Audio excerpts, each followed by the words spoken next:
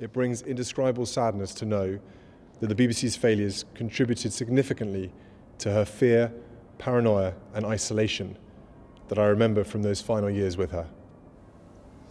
A devastating condemnation not only of Martin Bashir, but of the BBC's handling of the investigation into his duplicitous interview with Diana, Princess of Wales.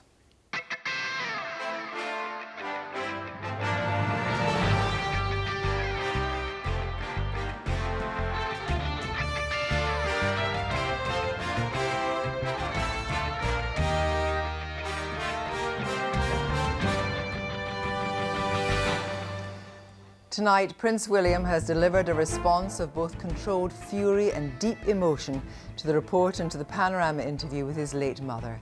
We will be discussing the impact of his words on the future of the BBC with programme makers and politicians. Good evening. Prince William's explosive words tonight blow apart any sense for the BBC that the publication of an independent report into his interview with Princess Diana might mark the end of the story. It took more than 25 years for the corporation to get to the truth today behind the lies and duplicitous employed by the Panorama reporter Martin Bashir to secure the 1995 interview which changed royal family history. Bashir was, until last week, the BBC's religion editor. Today's report by Lord Dyson also points the finger firmly at Lord Tony Hall, the former Director General of the BBC, who in 1996, a year after the Panorama interview, was the head of BBC News. The investigation he conducted then into Bashir's machinations was today condemned by Lord Dyson as flawed and woefully ineffective. At the time, Hall concluded that Martin Bashir was an honest and honourable man, even though he knew Bashir had lied 3 times on the centrally important question of whether Bashir had shown fake bank statements to Earl Spencer, Diana's brother, to help secure the interview. We'll have full analysis tonight of where this leaves the BBC with the government and the royal family. First, here is Prince William's unprecedented statement tonight in full. I would like to thank Lord Dyson and his team for the report. It is welcome that the BBC accepts Lord Dyson's findings in full, which are extremely concerning.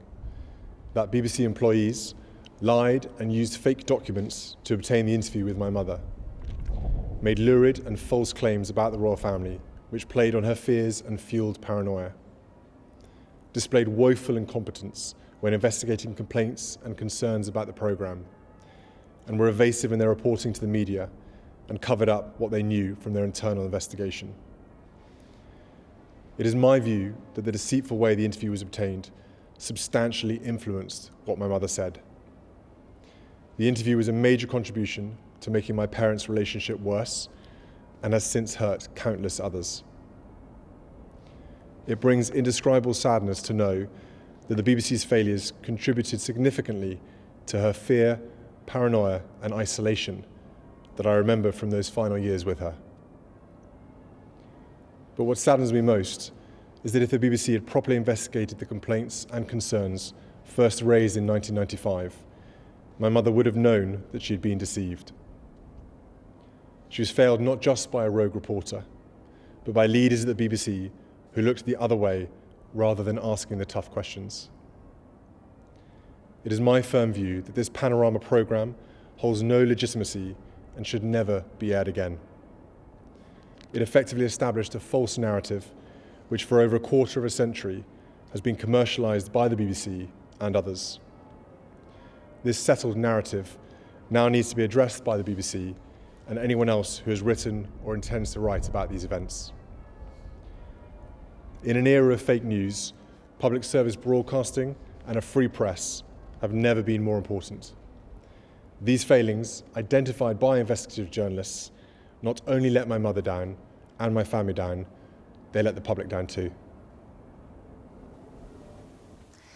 Prince William there, and a second statement tonight from Prince Harry echoing his brother. He said, "Our mother was an incredible woman who dedicated her life to service. She was resilient, brave and unquestionably honest. The ripple effect of a culture of exploitation and unethical practices ultimately took her life. To those who have taken some form of accountability, thank you for owning it. That is the first step towards justice and truth. Yet, what deeply concerns me is that practices like these, and even worse, are still widespread today. Then and now, it's bigger than one outlet, one network or one publication. Well, our political editor, Nick Watt, is here. Nick, what initially will be the impact, do you think, on the relations between the government and the BBC? Well, those heartfelt and powerful statements by the two princes really do illustrate the full scale of the crisis now facing the BBC. What they are essentially saying is that a quarter of a century ago, and in the ensuing period where the BBC failed to face up to it, the BBC management effectively drove a coach and horses through the trust that relies at the heart of the relationship between the licence fee payer and the corporation. Now, tonight, Oliver Dowden, the Culture Secretary, he has responded to the Dyson report, 2 tweets, and this is what he said. He said that report had revealed what he called damning failings at the heart of the BBC. He did praise the current management for launching this inquiry, but he warned them to make sure that this can never happen again. And then Oliver Dowden said that he would consider whether further governance reforms are needed when the BBC Charter is reviewed at its midpoint period next year. Now, it's important to say that in recent years there have been major changes to the governance arrangements. Very simply, Ofcom now regulates the BBC. It's no longer the now defunct BBC Trust. But ministers are looking at whether there needs to be more oversight of editorial and journalistic decisions at the BBC, and they're very interested in the views that are being aired by Lord Grade, the former chairman of the BBC, and he has been saying today that the BBC has got to move away from the default position that it's never wrong. Nick, thanks very much indeed. Well, we'll make sense of all this shortly with politicians, media watchers and royal experts. First, here's Katie Raz on how we got here.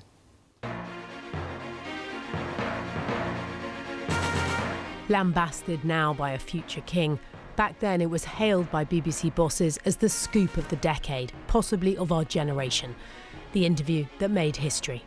Well, there were 3 of us in this marriage, so it was a bit crowded. But in the race to secure it, journalistic ethics went out of the window.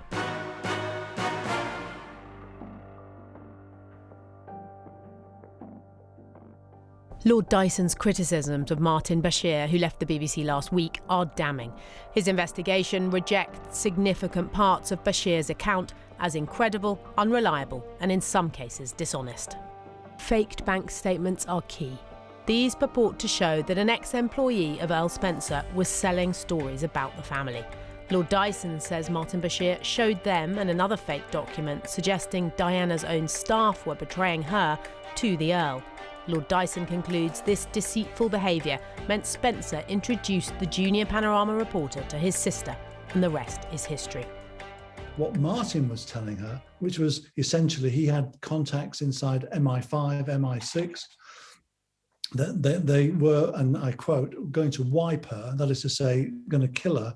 She was speaking out in her Panorama interview, not just to explain her life to the wider world, but for self-preservation. She thought that by speaking her truth, it would stop her from being killed. So that's how dramatic it was.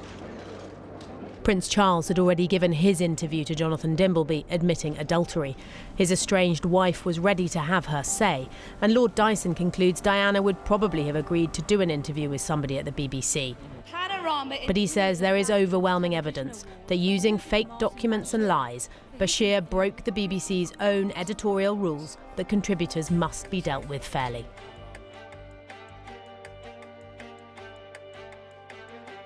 Almost as a get-out-of-jail-free card, for many years the BBC relied heavily on this letter Diana wrote after the interview, saying she had no regrets and hadn't been shown any documents. Lord Dyson, at one time the most senior judge in England and Wales, and brought in by the new BBC bosses, is scathing about the actions of the old ones. He judges their internal investigation back in 1996 as stories began to emerge about Bashir's methods as woefully ineffective. It was a big mistake, he says, not to contact Earl Spencer for his side. The BBC too readily accepted what Martin Bashir told them. The then head of news and current affairs, Tony Hall, who went on to become BBC Director General, is criticised for an investigation that found Bashir an honest and an honourable man. Based on the facts, Dyson says, Hall could not reasonably have concluded that. Meanwhile, Hall and others decided that Matthew Wiesler, the graphic designer Bashir duped into faking a bank statement shown to Earl Spencer, will not work for the BBC again. Wiesler has previously talked about being blacklisted while not knowing why. The BBC was intent on defending its global scoop, as other media began to report that Martin Bashir's methods had been underhand. Lord Dyson says it covered up in its dealings with the press facts it already knew about how the reporter had secured the interview. That, concludes Lord Dyson, fell short of the BBC's own standards of integrity and transparency. It may have long-lasting consequences. Let's say the BBC were investigating me, and I'm being grilled by a BBC reporter, quite correctly, about a lack of transparency, a lack of candour, and a lack of accountability, and going on at me about that. I would say to the BBC reporter, why don't you go and sort your own house out before you come and question me?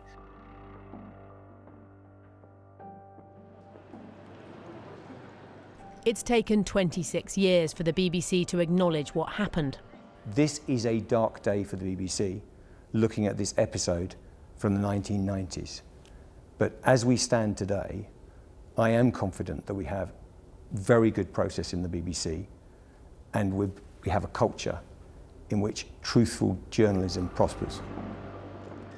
Lord Dyson's report makes clear his terms of reference didn't include whether there was a culture at the BBC of hostility to whistleblowers.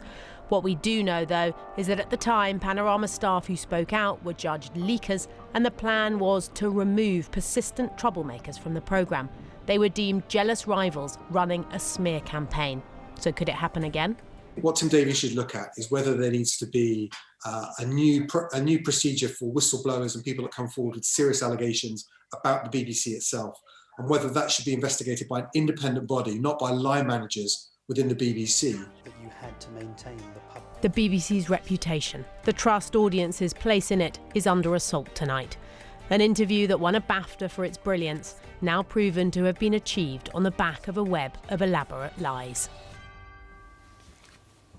Katie Raza, well, in a statement, Martin Bashir said, "I apologise then and I do so again now over the fact that I asked for bank statements to be mocked up. It was a stupid thing to do and it was an action I deeply regret.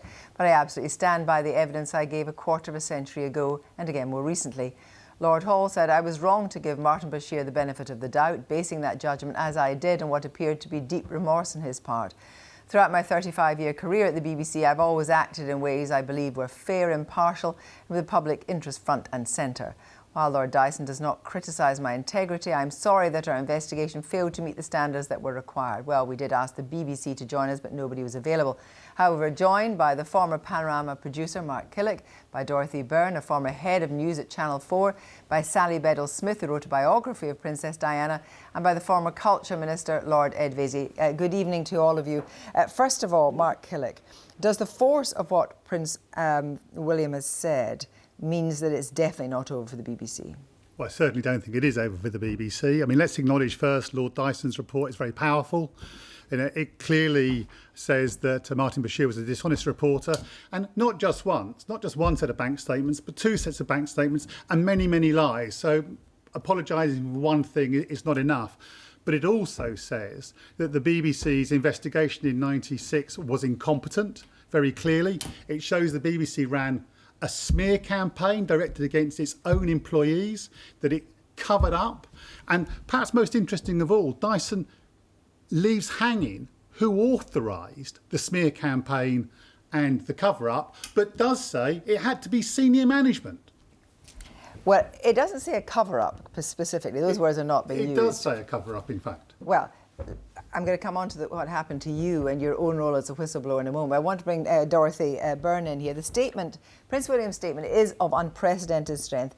These words: "She was failed not just by a rogue reporter, but by leaders at the BBC who looked the other way." What do you make of that, Dorothy Byrne?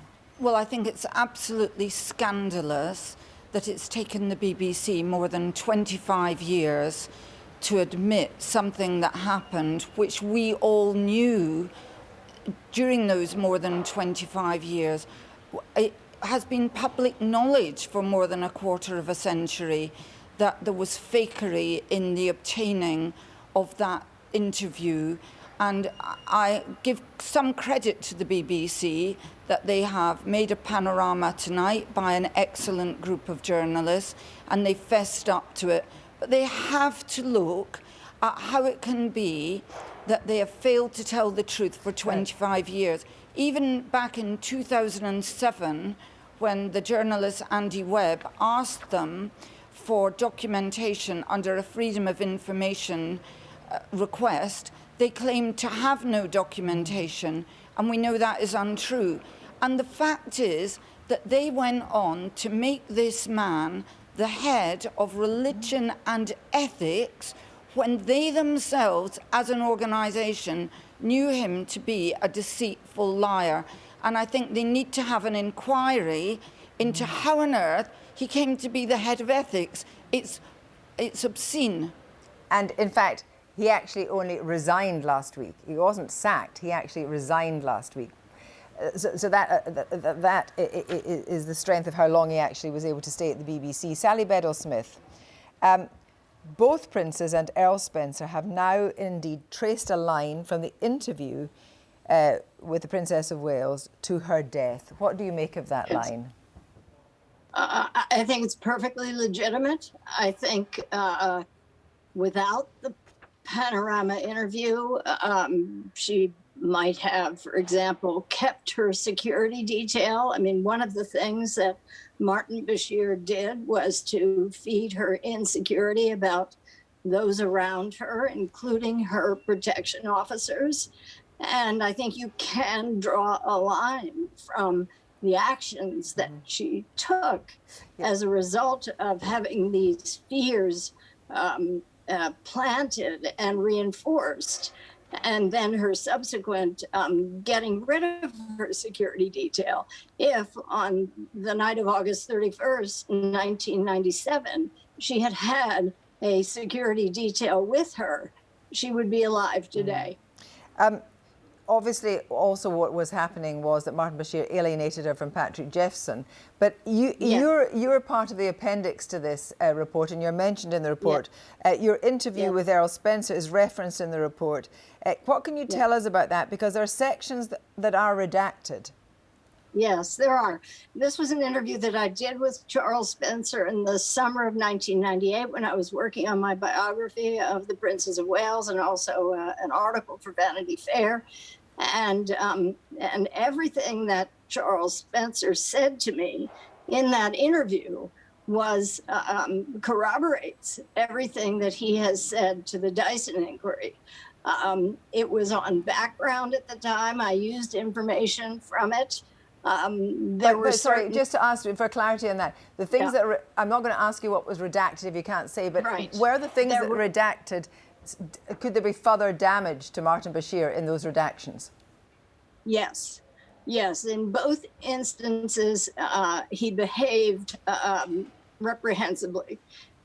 He did certain things. He violated trust. He made threats. I mean, I can't go into it in any further detail, but not only did Charles Spencer tell me about that, but I went to a source who was an eyewitness who corroborated what Charles Spencer said to me, and that was a background interview as well. And unfortunately, the person with whom I did the interview was not willing to put that on the record. Right. But, let me just turn. Anyway, but the answer is yes. Yes. His behavior extended beyond what was in the remit of Lord Dyson's report. Mark, I talked earlier about the fact that you're one of the two whistleblowers. So let's just talk, first of all, we've got to remember that the graphic designer, Mark Wiesler, lost his job. What happened to you when you blew the whistle?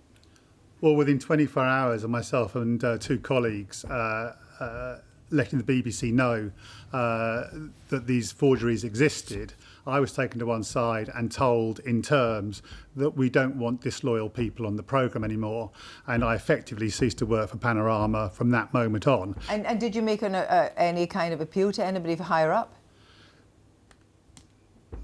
No, I didn't, because I didn't see any point. I mean, I think the decision was taken. And when you look at the way the BBC then smeared us and then covered it up, I think you know the reason why. But I would say, I mean, you talk about Matt Weisler, one of the finest graphic designers of his generation. I mean, yes, he lost his whole career. Patrick Jepson clearly sustained serious reputational damage. People in the BBC did as well. The question I think that has to be answered now is what's going to happen to them, because the generic apology that's been issued is great, and respect to Tim Davie for starting that process, but it's nowhere near enough, is it? And presumably there should be an apology from Martin Bashir to Jeffson and also to all the other people whose careers were affected, including you. Well, good luck with that one. But I think what the BBC is going to do about all this is the bigger issue. Dorothy, but just coming on to what Lord Tony Hall said today, bearing in mind he was at the BBC very recently, he was at the BBC when Martin Bashir was rehired as a religious reporter in 2016. He said he gave Bashir the benefit of the doubt, but there was no doubt, was there? There was no doubt. And also, we are meant to be investigative journalists. We're not meant to be people who give the benefit of the doubt. We're meant to be people who ask difficult questions and who inquire. And that is just giving somebody the benefit of the doubt isn't journalism. I want to bring Ed Vaizey in now. Ed Vaizey, I know this was 20 years ago. But as we said, both Martin Bashir and Tony Hall have only recently departed the BBC. How damaging do you think has this been for the BBC? Well, it is a very damaging episode, and the BBC's had a lot of other damaging episodes. Shortly after I became the broadcasting minister, we had George Entwistle serving as the shortest Director General because of the mess the BBC made of the whole Savile affair. But what I would say about today is that obviously it is a test for the leadership of the BBC now, even though it happened 25 years ago. But you have to remember that Tim Davie, the current BBC Director General, commissioned this report. So earlier when Dorothy was making the point, it's taken the BBC a very long time to come to this conclusion. We can at least thank the Director General for commissioning the report and acting very quickly on it. It will be a test for the BBC leadership. They will suffer a great deal, the BBC will get a great deal of criticism today and in the next few days, and it will be a test to see how they react. I mean, I am personally confident that Tim Davie and the new chairman, Richard Sharp, will grab this issue and learn the lessons from it.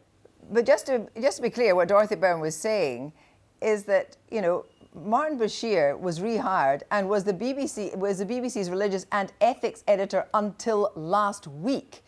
It seems quite extraordinary to me that given for so many years so much has been known, that he is allowed to be in that position and left by his own accord last week. Surely that is a failure of management. Well, I'm not necessarily meaning Tim Davie here. I'm talking about over the last since 2016. It may well be a failure of management, but it's not really my place to comment on, as it were, those management failings under the BBC. I think what the BBC you see today is, first of all, it's a very different organisation to what it was 25 years ago. But I think the much more important question for policymakers and ministers who might be watching this programme is, what does the BBC do going forward? And I think there are 2 points to make. First of all, the BBC has new leadership, and it's fresh leadership, Tim Davie and the new chairman, Richard Sharp.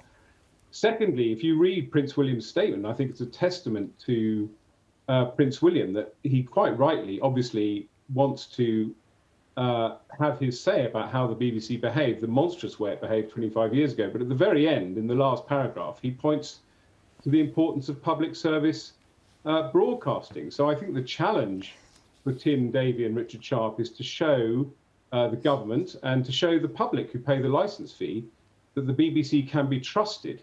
In an age of a digital age, an age of disinformation, it is a paradoxical position that we now, as we bash the BBC tonight, we rely on the BBC more and more going forward, or public service broadcasting going forward, give us the news straight and not in sensational ways. But, I mean, fair to say that you are in the frame for the Ofcom job and you talk about trust. I mean, I wonder what you think the public will make of all this. I think the public will be absolutely appalled, but I think also the British public tends to be quite sane about this kind of thing, and they will be absolutely appalled about what happened 25 years ago. I still think Princess Diana is much loved, and I think Prince William is hugely respected, and indeed Prince Harry is hugely respected, despite the bit of flack he's been taking over the last few weeks. But I think they will also accept that this happened a long time ago and accept that the BBC is not what it was 25 years ago. But they will look to future. If the BBC messes up in the future, it will get similar criticism. I mean, we all pay the licence fee, and we pay it under criminal sanction, as it were, if we don't pay it. So everyone has an interest in how the BBC behaves and how it organises itself going forward. Mark Gilly, do you think there's still a cultural problem in the BBC of fessing up, of being open and being able to come forward? I think this is a crucial question. I think what the BBC management of 25 years ago, and it is 25 years ago, what they sent out was, if you're a whistleblower, if you want to raise a serious issue, you could lose your job. And that has echoed down. And I think, as Ed Vasey said, you look at some of the BBC scandals of the past and you think, why didn't people say anything? Didn't people know? Well, one possibility is that they were too scared to come forward. And I think Tim Davie would do a service to the whole of the BBC to make it clear that those days have gone, as we all hope they have done, and that you can speak truth to power without being in fear of your job. Sally Bedell-Smith, what do you think will be the relationship going forward between the royal family and the BBC? Is there going to be a wariness now this has all come out, do you think?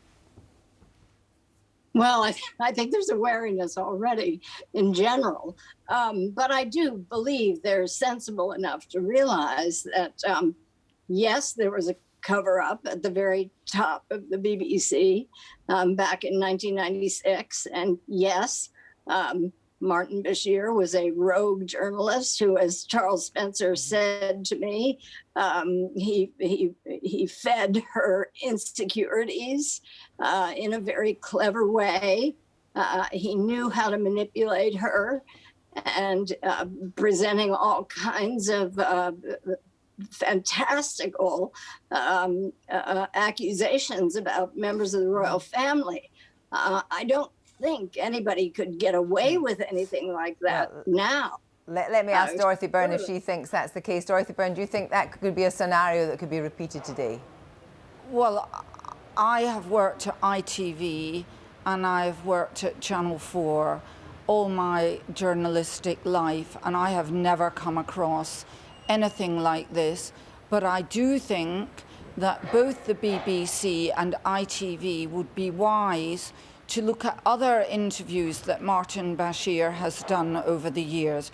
Over many years, we, as other television journalists, knowing him to be deceitful, because let's be frank, we have all always known that, have often wondered how he obtained some of his interviews with people who wouldn't be interviewed by other people, who sometimes were due to be interviewed by other people, but suddenly they were only going to be interviewed by Martin Bashir.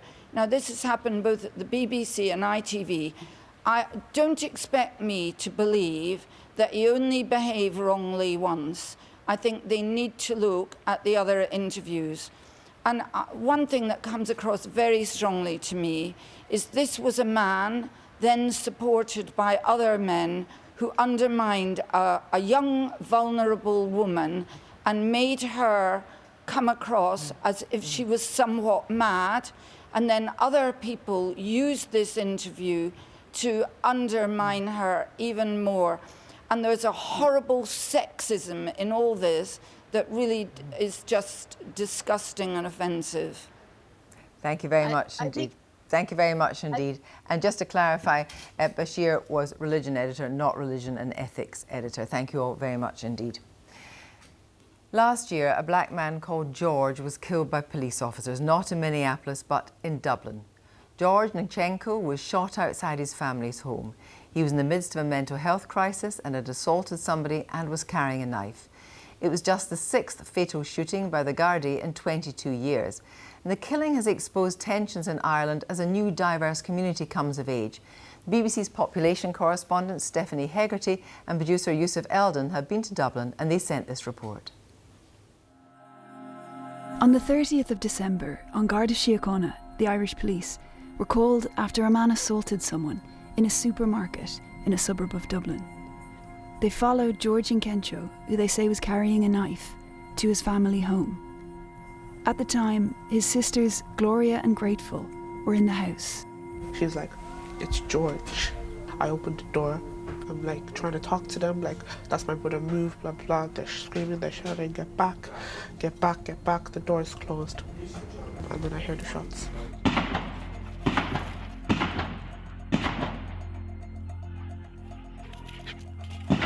1, 2, 3, 4, 5, 6. George was shot dead on his family's doorstep. The Gardaí say they tried non-lethal methods first. What exactly happened is the subject of an investigation by Ireland's police ombudsman. But the killing has left many black Irish people wondering why the death of this black man, called George, hasn't led to a national reckoning. George was 27 years old and the eldest of 5. George was somebody that I always describe as a protector. He played the big brother role incredibly well. You know, he had 4 after him. He made sure that everybody here was protected and well advised. Recently, he'd been suffering from mental health problems, and his family had been trying to get him help. As a mother, every day of my life, I don't think I can forget my first son. He's just a very lovely child. Fatal shootings by the Gardaí are rare. This was just the 6th in 22 years. The force is largely unarmed. But for you to shoot a child, not an animal, not an elephant, not a bull. 1, 2, 3, 4, 5, 6. After George's death, small protests broke out, calling for justice for George. Human rights groups have called for a wider investigation to acknowledge concerns of perceived racial bias in the Gardaí. I think if there is a full and effective investigation, which is absolutely necessary in this case, it must look at the wider context as well. There are issues about the circumstance of this instance that go beyond the use of lethal force. They go to the questions about how some members of our community engage with the police, people from ethnic minority backgrounds, and also people that may be suffering from mental ill health. Blanchardstown is a sprawling suburb of Dublin City. In the past 20 years, it's become one of the most diverse communities in Ireland, a place where in the boom years, young families could find affordable housing. The Inkenchos had moved to Ireland from Nigeria when George was 8. He'd played football at Insaka Glentoran FC, an academy set up to mentor young players from minority backgrounds. It's unfortunate and very sad that we lose 2 players from the same team, you know, the same club. We don't want to lose any more. What you have to do, let the ball travel. When George was a teenager, one of his friends, Toyosi Shitabe, was stabbed to death by a 39-year-old man in an attack where racist language was used. Toyosi was 15. They found that it was our academy was a sanctuary for them. We had a dedicated community guard working with us. And what was the difference when the guards were moved on? What did you notice? A huge slump, a huge fracture in relations between the guards in Blanchardstown, the local station, and the young lads on the street. So it's a lot of problems, and they're not dealing with them. The circumstances of these deaths were very different, but both have hit George's friends hard. We didn't think that would ever happen again. We're at this stage now, it's happened 10 years later. And in my head is like, who's next? For Israel, the team was like a family that helped him deal with racism on and off the pitch. I've been racially attacked many times, you know, and racially abused. Like even going home or something like that, it was certain areas we couldn't go to, or even if our friend lived in that area, we had to help him get home safe. An EU report in 2019 found that Ireland has one of the highest rates of violence against black people in Europe, second only to Finland. Effective legislation on hate crime was only introduced this year. It's to become law by the end of the year. George was killed on the 30th of December, and in the hours and days after, disturbing content spreading misinformation and lies about him started appearing online. I was heartbroken. I sobbed. I couldn't sleep for 2 weeks, to be honest. Vicky Musitongo knew George growing up. After he died, she was involved in a group on the messaging app Telegram, calling for justice for George. We were ambushed in the group. A lot of racial slurs on pictures and photoshopped images of George's face and different stuff. A lot of really graphic things. These accounts sharing racist messages weren't just harassing friends of George. They started spreading lies about him in a very organised way. So we tracked this information about George in the hours and the days following the shooting. The lies were specific. That he had 32 previous convictions, he had none. That he'd assaulted his girlfriend and an old lady, also not true. These were initially shared on Telegram, but they quickly spread to mainstream social media. The Gardaí dismissed the rumours 5 days later, but they continue to be shared up to now. The aim of most of these campaigns is to stir up any kind of racial tensions that they can. George was really dehumanised. What his family have gone through since December. In early April, Gardaí arrived outside the home of the Inkenchos again. They say they were following a car on suspicion of a breach of the Road Traffic Act, and that as the scene became quite tense, a number of additional Garda units also responded. During the incident, George's mother was pushed to the ground by Gardaí. You killed a child right in front of his siblings. And you have audacity to come back again. And you knew this is the family that has been going trauma. A very huge trauma.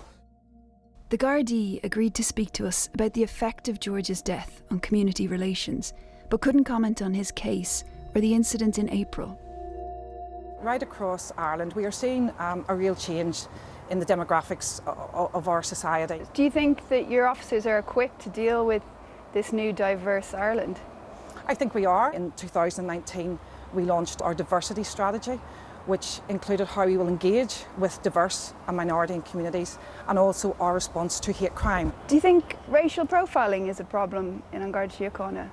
No, I don't. And since I've joined An Garda Síochána, I have never seen that. But certainly, if people feel that is the case, I would encourage them to talk to us. Is it possible for the Gardaí to know whether racial profiling is a problem when there's little or no data collection on ethnicity and interaction with police? That is a really valid point, and it's actually something that is outside our control. We would really welcome being able to collect data, but at the moment, we don't have the legal framework to do that. The Department of Justice told the BBC that racial profiling is not a feature of policing in Ireland, and that the question of the recording of ethnicity in Garda interactions with the community is one which must be considered by An Garda Síochána.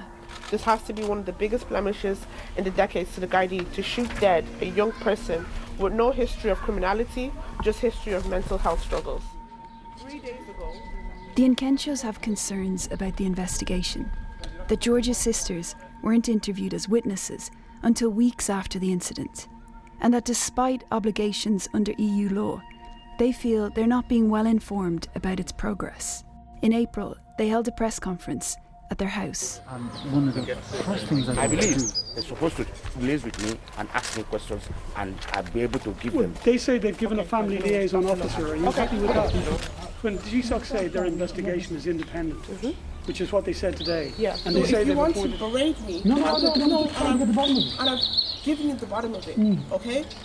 You're trying to say that they say they're independent. That's fine. I'm not going to dispute them in what they said, but I can say what I feel. And my family can say what they feel as well.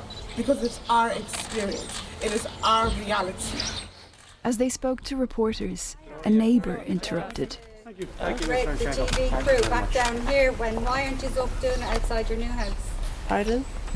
Because we still live here, that's why. You don't still live here. How do you know? This is where the incident happened. Would you please not disturb us? Please not disturb us. For George's family and many in the Black Irish community, the reaction to his death has been especially upsetting.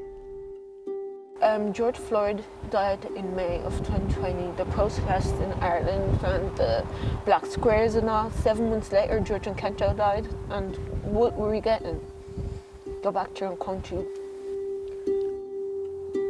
For them, the stakes are high for the outcome of the investigation. It's not clear when that will be. I'm worried that we're not going to get the justice. You know, I'm worried that now kids are going to grow up with that mindset towards the guards. You know, I'm worried that this is going to happen again in a different scenario.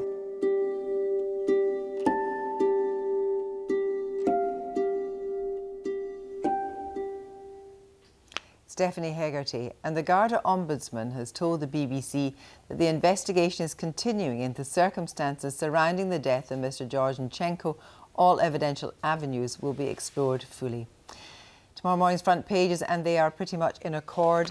The Times, the BBC's lies fueled my mother's paranoia there. Prince William's controlled fury tonight. The Guardian, deceitful and damaging, furious William attacks the BBC over Bashir. Moving on then to the Mail. On a day of shame for the BBC, Prince's devastating blast at Bashir's lurid and false claims that he says fueled Diana's fear and paranoia and drove his parents apart. And the headline there, William, BBC lies ruined my mother's life. And Harry says toxic culture led to her death. The Independent, BBC condemned over deceitful Diana interview. And finally, The Express, William fury, BBC lies ruined mum's life. Well, that's all from us for tonight. Faisal will be here tomorrow. Until then, goodbye.